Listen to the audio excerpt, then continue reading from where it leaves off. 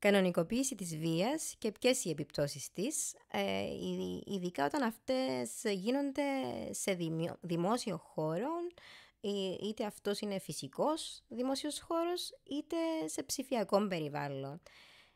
Έχουμε μαζί μας τον Γιώργο Μικελίδη, ψυχίατρο και κλινικό αναπληρωτή καθηγητή στο Ιατρική Σχολή στο Πανεπιστήμιο Λευκωσίας. Καλημέρα. Καλημέρα σας. Θέλουμε τη βοήθεια σου. Αντιλαμβάνομαι ότι ο χρόνος είναι σύντομος, αλλά είναι πολύ σημαντικό σήμερα που κατακλυζόμαστε με πολλές πληροφορίες, ιδιαίτερα για την ψυχική υγεία, ακόμα και από ανθρώπους που μπορεί να μην έχουν τις γνώσεις ή ακόμη και να είναι ακατάλληλοι, να ακούμε όσο πιο συχνά γίνεται τους ειδικούς. Κανονικοποίηση της βίας. Αρχικά πώς ορίζεται η κανονικοποίηση της βίας από ψυχολογική άποψη? Ναι, μια πάρα πολύ καλή ερώτηση. Πρέπει να ξεκαθαρίσουμε το τι σημαίνει η κανονικοποίηση της βίας, είτε αυτή είναι σωματική, είτε είναι ελεκτική, είτε ψυχολογική. Κατά κάποιο τρόπο γίνεται σταδιακά αποδεκτή ως κάτι φυσιολογικό ή αναμενόμενο. Αυτό μπορεί να φαίνεται από το πώς αστειευόμαστε εισαγωγικά με την κακοποίηση, από το πώς δεχόμαστε ένα επιθετικό λόγο, για παράδειγμα, χάρη στην πολιτική, στα μέσα μαζικής ενημέρωσης, στα κοινωνικά δίκτυα, στο πώς αντιδρούμε σε αυτά. Και όταν δεν μας σοκάρουν όλα αυτά, με η προσβολή, η επίθεση που δέχεται ένα άτομο, βλέπουμε ότι κάτι έχει αλλάξει στην ευαισθησία μας, θα έλεγα. Άρα είναι αυτή αρχικά η έκθεση στη βία που οδηγεί στη πολύ, έτσι ακούγεται πολύ συχνά πλέον η λέξη, απανθρωποποίηση μας με κάποιον τρόπο ή και πιο ήπια στην ανοχή της βίας. Ακριβώς. Είναι λες και αποκτούμε ανοχή και όχι μόνο αποκτούμε ανοχή, κατά κάποιο τρόπο λες και διασκεδάζουμε αυτή τη διαδικασία, λες και έχουμε την ντοπαμίνη που μας δίνει αίσθημα ανταμοιβής ή ίσως και ευχαρίστησης στο να γινόμαστε θεατές μιας τέτοιας διαδικασίας. Αυτό από μόνο του σηκώνει πολύ μεγάλη συζήτηση, πόσο μάλλον ψηφιακά, να το δούμε λίγο πιο μετά. Ποιες να μπορούσες έτσι να αντιλαμβάνουμε ότι είναι πολλές, αντιλαμβάνουμε ότι να το πούμε γενικευμένα, αλλά ποιες είναι οι ψυχολογικές συνέπειες μιας μακροχρόνιας έκθεσης σε βία? Εντάξει, αντιλαμβάνουμε ότι επίσης υπάρχει διαχωρισμός ανάμεσα στην άμεση και στην έμμεση, αλλά υπάρχουν ψυχολογικές συνέπειες. Ξεκάθαρα, θα έλεγα ότι είναι πολλαπλές αυτές οι συνέπειες. Ίσως μπορούμε να αναφερθούμε σε αυτό που ονομάζεται ψυχολογική αποστασιοποίηση. Οι άνθρωποι δυσκολεύονται να νιώσουν ενσυναίσθηση, δηλαδή να νιώθουν το πώς είναι το άτομο το οποίο εκτίθεται σε τέτοιου είδους περιστατικά, το πώς τα βιώνει, το πώς τον επηρεάζουν, αυτό που πολύ συχνά αναφερόμαστε ως ενσυναίσθηση. Βλέπουμε επίσης την αύξηση του άγχους και της ανασφάλειας, ιδιαίτερα στα παιδιά και τους εφήβους, θα έλεγα, ως ψυχολογικές και κοινωνικές επιπτώσεις αυτής της διαδικασίας. Υπάρχει η διάβρωση της εμπιστοσύνης στις σχέσεις και στους θεσμούς. Υπάρχουν αυτά που βλέπουμε και αναφερόμαστε ως ακρότητες και μια ενίσχυση αυτών των ακροτήτων, δηλαδή όταν μια ίδια φωνή θεωρείται αδύναμη, αναζητούμε δυνατές, άρα βίαιες φωνές, παρά να είμαστε εκεί να στηρίξουμε άτομα τα οποία βρίσκονται και είναι ευάλωτα σε αυτή την κατάσταση. Πώς επηρεάζει η κανονικοποίηση, όπως είπαμε, της βίας, την αντίληψή μας για την ηθική, να το πω έτσι, και ποια είναι τα όρια της προσωπικής ευθύνης? Δηλαδή, συνήθως το λέμε ότι συμβαίνει στα σχολεία, αλλά εγώ θα πω ότι συμβαίνει και στο εργασιακό περιβάλλον, συμβαίνει και έξω στο δρόμο, συμβαίνει και στο διαδίκτυο. Μπορεί να ξεκινά έτσι που εσωτερικευμένες φράσεις όπως «ούλοι κάμνουν το» ή «πού να πω να μπλέξω τώρα αν πω κάτι ή αν αντισταθώ» ή «εν μπορώ να αλλάξω τίποτα». Δεν να αλλάξεις εσύ τον κόσμο. Επηρεάζουν αυτές οι εσωτερικευμένες προτάσεις στο να μην αναλάβουμε προσωπική ευθύνη, γιατρέ? Εννοείται και η κουλτούρα της συμπερίληψης στοχεύει, θα έλεγα, σε μια σεβαστική επικοινωνία και την αναγνώριση της διαφορετικότητας. Όμως, όταν ο δημόσιος διάλογος, για παράδειγμα, γίνεται βίαιος, είτε μέσα από προσβολές, είτε με περιφρόνηση κάποιων ομάδων, ακυρώνει κάθε προσπάθεια συμπερίληψης. Ο λόγος πάβει να είναι εργαλείο διαλόγου και γίνεται εργαλείο εξουσίας και αποκλεισμού. Έτσι, δημιουργείται ένα τοξικό περιβάλλον σε πολλές διαστάσεις. Ακόμη και στα social media, για παράδειγμα, όπως έχεις αναφερθεί πολύ σωστά, βλέπουμε αυτή την κατάσταση. Τα social media μπορούν να έχουν και πολλά θετικά, όμως ταυτόχρονα ενισχύουν κάποιες φορές τη ρητορική μίσους, προσωπικές επιθέσεις, τον εκφοβισμό και ταυτοχρόνως, θα έλεγα, η ανωνυμία και η ταχύτητα διάδοσης τέτοιου είδους περιεχομένου διευκολύνουν πολύ εύκολα την εξάπλωση της βίας. Το πιο ανησυχητικό ταυτοχρόνως είναι η συνεχής έκθεση που δεχόμαστε σαν άνθρωποι σήμερα και λόγω του digital κόσμου που ζούμε σε τέτοιο περιεχόμενο, το οποίο κάποιος θα έλεγε μου διάζει τη συνείδηση μας. Έχουμε συνηθίσει τη βία, την προσπερνάμε και τελικά την ανεχόμαστε. Και πρέπει να βάλουμε τα όρια μας, πρέπει να αλλάξουμε πάρα πολλά πράγματα για να βελτιωθεί και να διατηρηθεί μια ηθική ενός ανθρώπου. Βέβαια, όπως έτσι κράτησα που είπες έτσι για την ανωνυμία, για αυτήν την ευρεία διάδοση, και όλα αυτά συνεπάγονται και την έλλειψη άμεσων συνεπειών, τουλάχιστον πολύ πιο δύσκολα έτσι έρχονται συνέπειες σε κάποιον ο οποίος κάνει μια φραστική επίθεση ή κάνει cyberbullying ή κάνει hate speech, κάνει απειλές. Οπότε αντιλαμβάνομαι ότι το θέμα μπορεί να αγγίζει τη ψυχολογία πρώτιστα ως τραύμα, αλλά ίσως ακριβώς επειδή τα τραύματα είναι αόρατα και μιλούμε πλέον και για digital περιβάλλον, που και αυτό φαίνεται ότι είναι αόρατο, όμως είναι αυτό που ζούμε μέσα ίσως στις πιο πολλές ώρες δυστυχώς της ζωής μας, θα έπρεπε να μπει και με κάποιον τρόπο πολιτικά αυτή η προστασία. Εννοείται και πρέπει να το δούμε σε όλα τα επίπεδα. Παραδείγματος χάρη στα σχολεία με προγράμματα συστηματικής αγωγής. Στο δημόσιο λόγο με πρότυπα ηγετών που απορρίπτουν τη βία. Στο ψηφιακό χώρο με ευθύνη και ενεργό αναφορά ακραίων συμπεριφορών. Μέσα στην καθημερινότητά μας, με το να μην σιωπούμε όταν βλέπουμε κάτι βίαιο, ακόμα και αν είναι αστείο, δηλαδή και ακόμη αν μας προκαλεί το γέλοταν, πρέπει ταυτοχρόνως να αντιδρούμε και να ζητούμε την υποστήριξη του ευάλωτου, την υποστήριξη του οποιοδήποτε χρειάζεται η βοήθεια μας και να μην συμπορευόμαστε με τους δυνατούς και αυτούς που προκαλούν αυτού του είδους τις βίαιες συμπεριφορές. Μιλούσα πρωτήτερα με την Επίτροπο Προστασίας Δικαιωμάτων του Παιδιού και είχαμε έτσι αναφερθεί ακόμα και στην αύξηση των αυτοκτονικών τάσεων στα παιδιά, στην κοινωνική απομόνωση ή στη διαταραχή της αυτοεκτίμησης, ιδιαίτερα στην εφηβεία. Πώς το βλέπεις και εσύ ως γιατρός, έτσι, όντως υπάρχει αύξηση? Βλέπουμε αλλαγές, θα έλεγα, τα τελευταία χρόνια. Είχαμε περάσει μια κατάσταση πανδημίας με περιοριστικά μέτρα, με παραβίαση ανθρωπίνων δικαιωμάτων, με στέρηση ακόμη και ενός παιχνιδιού σε μια αναβλή, σε έναν χώρο που υπήρχε συνάθεση παιδιών. Αυτό μας έχει επηρεάσει, αυτό μας έχει αφήσει τραύματα και τραύματα στο DNA και των ενηλίκων και των παιδιών που θα μεταφέρουν και στις επόμενες γενναίες, ίσως θα έλεγα. Άρα βλέπουμε ταυτοχρόνως με τους σύγχρονους ρυθμούς ζωής και τις απαιτήσεις που έχει και ένα παιδί και ένας ενήλικας σήμερα για να τα βάλει προς το ζει, να αλλοιώνεται, να αλλάζει ο κόσμος σε σχέση με τον κόσμο που ξέραμε πριν 30, 40, 50 χρόνια.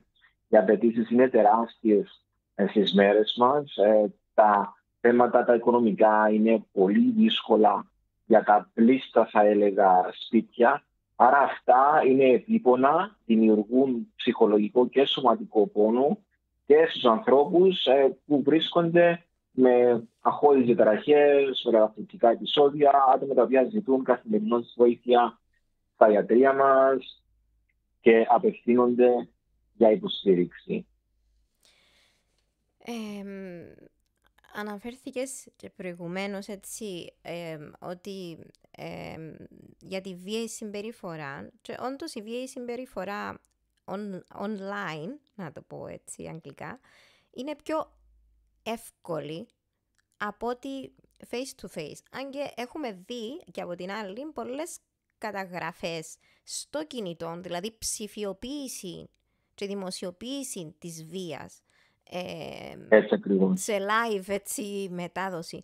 Λες, όπως είπες και πριν, ξέχασα τη λέξη, αλλά λες και οι άνθρωποι αποπροσωποποιούνται, έχουν αποκτήσει μια αναπάθεια σε κάποια πράγματα. Ιδιαίτερα βλέπουμε τους έφηβους. Πολλές φορές μπορούμε να πούμε ότι είναι μια φάση και θα περάσει, αλλά είναι, βέβαια το βλέπουμε και σε μεγαλύτερες ηλικίες και σε μικρότερες. Και πρέπει ο καθένας και σε ατομικό και σε συλλογικό επίπεδο να αναλάβει τις ευθύνες του. Παραδείγματος χάρη, είναι η υπερπροβολή ιδίου περιεχομένου που βλέπουμε στα μέσα ενημέρωσης και τα μέσα κοινωνικής δικτύωσης. Είναι ξεκάθαρη αποτυχία των θεσμών να θέσουν όρια. Όλα αυτά χτίζουν μια κουλτούρα όπου η βία δεν είναι εξαίρεση, αλλά αναμενόμενο εργαλείο επιβολής ή έκφρασης. Δυστυχώς όμως έχει ένα τεράστιο αρνητικό αντίκτυπο στη ψυχολογία του ατόμου, τον τραυματίζει, του δημιουργά θέματα που κάποιες φορές μπορούμε να δούμε και στα πλαίσια μιας διαταραχής με τραυματικού στρες, το μούδιασμα, θέματα τα οποία μπορούν να δημιουργήσουν προβλήματα στην καθημερινότητα ενός ατόμου και να μην μπορεί να ζήσει φυσιολογικά με τους ανθρώπους γύρω του και να απομονώνεται. Όλοι έχουμε ζήσει, είτε δικά μας, είτε κοντινών μας ατόμων, έτσι, περιστατικά ψηφιακής, δημόσιας βίας. Μπορώ να σου πω, γιατρέ, ότι όταν είχα περάσει διάφορα, αλλά το ένα το συγκεκριμένο έτσι, που με είχε ρίξει πολύ χαμηλά, και πρέπει να κάνω τεράστια έτσι, δουλειά για να φτάσω κάπου, αλλά ουδέποτε νομίζω ότι μου έφυγε εκείνον το άγχος. Ήταν ότι ακριβώς η ψηφιακή βία, κάποιες φορές όταν είναι ανώνυμη, είναι και κάπως αόρατη. Ναι.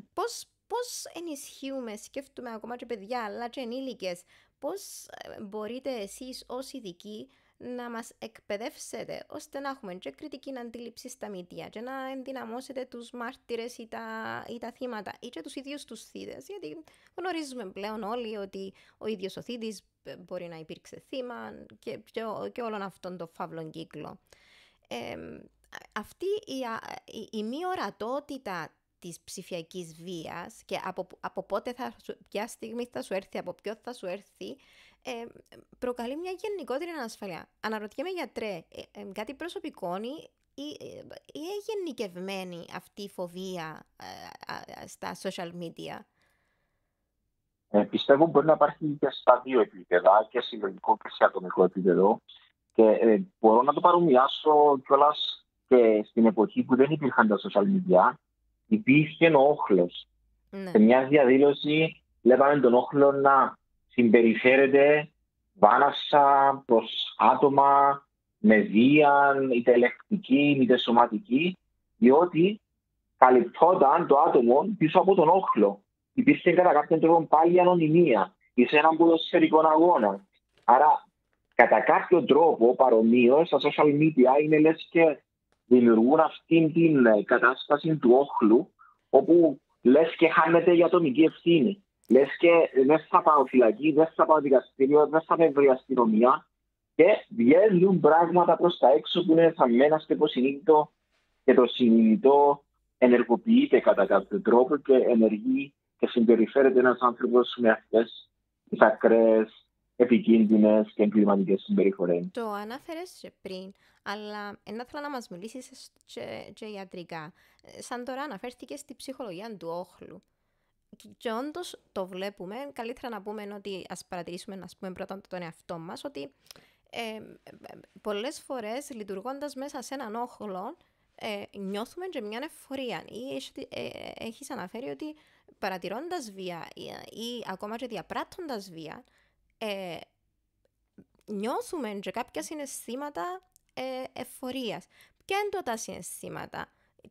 Είναι καλό να τα εντοπίσουμε και να τα αναγνωρίσουμε, ώστε ακριβώς να τα διακρίνουμε από πού έρχονται, τι ακριβώς σημαίνουν. Εντάξει, εδώ είναι πιο δύσκολο να το γενικεύσουμε, διότι ο κάθε άνθρωπος κουβαλά χαρακτηριστικά προσωπικότητας και η προσωπικότητα του κάθε ανθρώπου είναι ξεχωριστή και διαφορετική. Άρα δεν σημαίνει ότι άτομα που προβαίνουν σε βίαιες συμπεριφορές, όλα αυτά τα άτομα έχουν μια ευχαρίστηση προς αυτήν την κατεύθυνση. Είναι τα δεδομένα, είναι το γεγονός, είναι οι πολλές αναδιαστήματα παρομοίωσης του ανθρώπου, εάν υπάρχουν ψυχοπαθητικά στοιχεία, δηλαδή να μην νιώθεις ενοχές, να μην νιώθεις ότι κάνεις κάτι κακό, να υπάρχουν αντικοινωνικά στοιχεία. Άρα είναι ένας συνδυασμός πολύ παραγωγικός. Και κάποια άτομα, ναι, μπορεί να χαρακτηριστούν ότι τους αρέσει να προκαλούν πόνο σε άλλους ανθρώπους και τους ονομάζουμε διαφωνικά σαδιστές. Αλλά το θέμα είναι γιατί και τι υποβόσκει από κάτω από κάποιες συμπεριφορές. Για να μπορέσουμε να κατανοήσουμε και σε ατομικό και σε συλλογικό επίπεδο. Όταν η βία πλέον έτσι στοχεύει συγκεκριμένες ομάδες, και υπάρχει, που για κάποιους λόγους μπορεί να υπάρχει και έλλειψη αντιδράσεων. Με ποιον τρόπο έτσι η ψυχολογία και η ψυχιατρική μπορεί να ενισχύσει τη συμπερίληψη και να γίνει ένα εργαλείο πρόληψης, και τι ρόλο παίζει και η εκπαίδευση σε τούτο? Εντάξει, πρέπει να πάμε πίσω στα νηπιαγωγεία, να δούμε πώς συμπεριφέρονται τα παιδιά, να υπάρχει ψυχοεκπαίδευση σε όλες τις ηλικίες, γιατί συμπεριφέρομαστε με τον ΑΒΓ τρόπο, να δώσουμε τα εχέγγυα και τα ενία ακόμη και στις ηλικίες των παιδιών, στο πώς πρέπει να συμπεριφέρονται. Αλλά ακόμη και το σχολείο, αν προσπαθήσει να βοηθήσει αυτή την κατεύθυνση, αν μέσα στο ίδιο το σπίτι βλέπουμε βίαιες συμπεριφορές μεταξύ των γονιών, είτε λεκτικές, είτε σωματικές, είτε οποιαδήποτε άλλη μορφή βίας, ένα παιδί γίνεται καθρέφτης και συμπεριφέρεται με το τι βλέπει μπροστά του. Άρα πρέπει να ενεργήσουμε σε όλα τα επίπεδα, και στην οικογένεια και στο σχολικό περιβάλλον, αλλά σε οποιαδήποτε άλλη δραστηριότητα αν υπάρχει ένας ενήλικας ή ένα παιδί. Άρα θα το δούμε και πάλι από όλες τις κατευθύνσεις αυτό το θέμα. Να μιλήσουμε, τελευταία μου ερώτηση αναφέρεται στο κομμάτι του bystander στη βία, του θεατή, του μάρτυρα, έχει πολλά ονόματα, αλλά είναι αυτός που παραμένει εκεί, μπορεί να μην συμμετέχει ενεργά, αλλά δεν συμμετέχει ενεργά ούτε στο να τη σταματήσει. Εντάξει, αυτό είναι ένα διαχρονικό θέμα. Ένα άτομο μπορεί να προσπαθήσει να σταματήσει μια κατάσταση που βλέπει μπροστά του ή να μιλήσει ή να φωνάξει ή να χρησιμοποιήσει ακόμη και τα ίδια τα χέρια να μπει μεταξύ δύο ανθρώπων που τσακώνονται.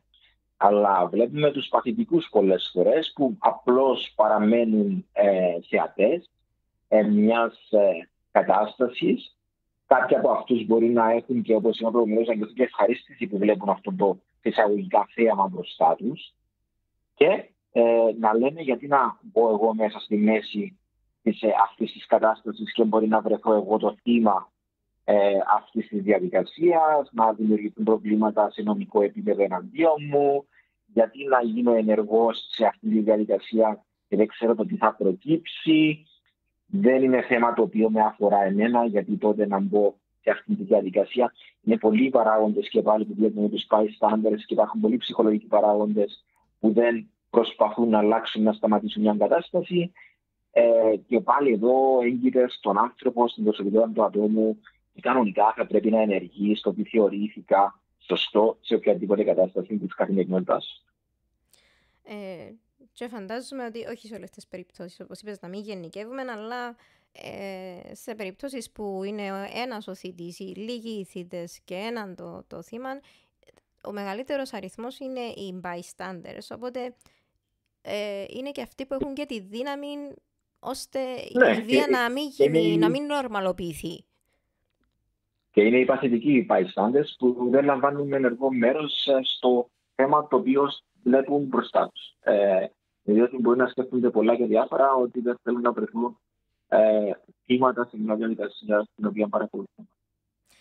Ευχαριστώ πάρα πολύ. Ήταν μια σύντομη αλλά πολύ ωφελημή κουβέντα και κάθε τέτοια κουβέντα που γίνεται εν ένα βήμα έτσι, να εφεύρω δική μου λέξη, να ξεκανονικοποιήσουμε τη βία που έχει όντως κανονικοποιηθεί.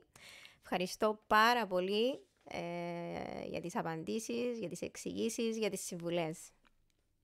Και εγώ ευχαριστώ. Είμαι πάντα στη διάθεσή σας να ξεκαθαρίσουμε ότι κάθε ένας από εμάς είναι υπόλογος, όχι μόνο των πράξεων του, αλλά και αυτά που δεν κάνει. Άρα, αν είμαστε μπαϊστάντες σε μια κατάσταση όπου βλέπουμε την αδικία, πρέπει να προσπαθήσουμε να βοηθήσουμε το άτομο το οποίο είναι ευάλωτο και βρίσκεται σε δύσκολη θέση. Οι πλήστοι δεν θα το κάνουν, διότι μπορεί να έχουν το φόβο και πολλά άλλα θέματα. Αλλά έστω στο ότι μιλάμε και προσπαθούμε να φέρουμε την αλλαγή, έχει την αξία. Και κάποιες φορές μιλώντας ο ένας, μιλάει ο δεύτερος, μιλάει ο τρίτος. Οπότε, γιατρέ, σε ευχαριστώ και προσωπικά, αλλά σε ευχαριστούμε και συλλογικά, γιατί χρησιμοποιάς τα social media και τα μέσα ενημέρωσης ακριβώς για να μιλήσεις για αυτά τα ζητήματα και έχουμε μεγάλη ανάγκη να τα ακούσουμε. Να είστε καλά, καλή συνέχεια. Καλή συνέχεια.